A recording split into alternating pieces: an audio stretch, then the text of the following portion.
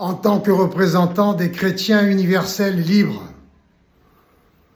je souhaiterais dire, avec tout le respect que je leur dois, aux juifs et aux musulmans, qui sont systématiquement, qu'ils le veuillent ou pas, intégrés à notre famille universelle. Coucou la famille. Israël a été offert par l'ONU en 1947, excusez-moi si je me trompe dans les dates, alors que tous les pays arabes n'étaient pas pour. Mais le vote, oui, a été majoritaire, car à cette époque, beaucoup de représentants des nations qui siégeaient à l'ONU étaient encore eux-mêmes colonisateurs. Donc c'était tout à fait normal, c'était dans l'esprit du temps. On n'a pas fait attention à l'avis des pays arabes de l'époque qui, eux, étaient peut-être minoritaires à l'Assemblée de l'Organisation des Nations Unies, pardonnez-moi, mais qui n'étaient pas pour, ni les habitants du territoire. Donc tout ça a été fait à leur insu. Mais de toute façon, c'est pas pour autant qu'ils ont raison, ni les uns et ni les autres. Pardonnez-moi. Je vous aime, c'est de l'amour, hein. J'essaye de trouver un compromis. À l'époque où nous vivons, ne serait-il pas plus mature, plus intelligent, plus sage, plus aimant,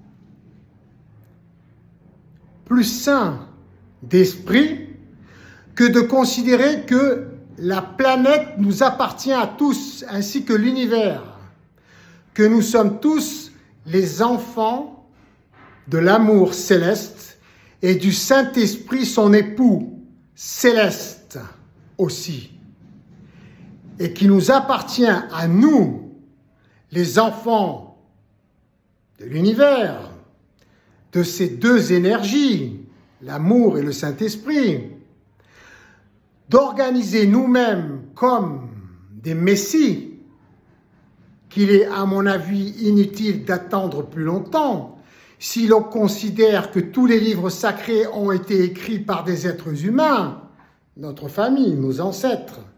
Ne serait-il pas plus sage, intelligent et juste de considérer que c'est à nous d'écrire la continuité du Coran, la continuité de la Bible et la continuité de la Torah, de manière à ce que ces trois continuités convergent en un seul point, l'amour, le partage, la fraternité de notre famille, l'humanité, sur un plan spirituel et sur un plan quantique, physique quantique, au niveau des atomes.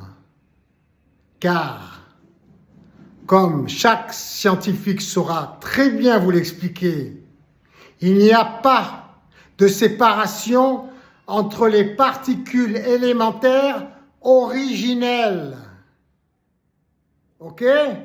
Donc, en faisant la connexion avec la spiritualité et les témoignages de nos ancêtres qui ont écrit leur expérience, bonne et mauvaise, à suivre et à ne pas suivre dans nos livres sacrés, toute religion et culture confondues,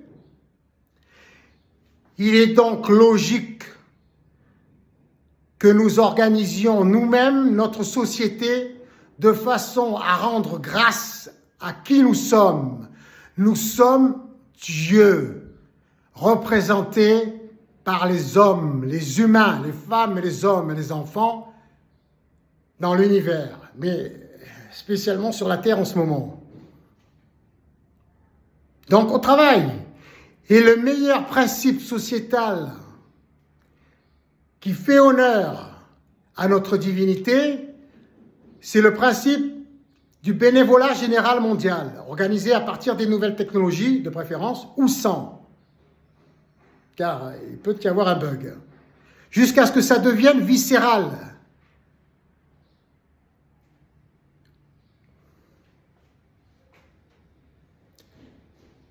Héréditaire, que ce soit inscrit dans notre ADN pour l'éternité.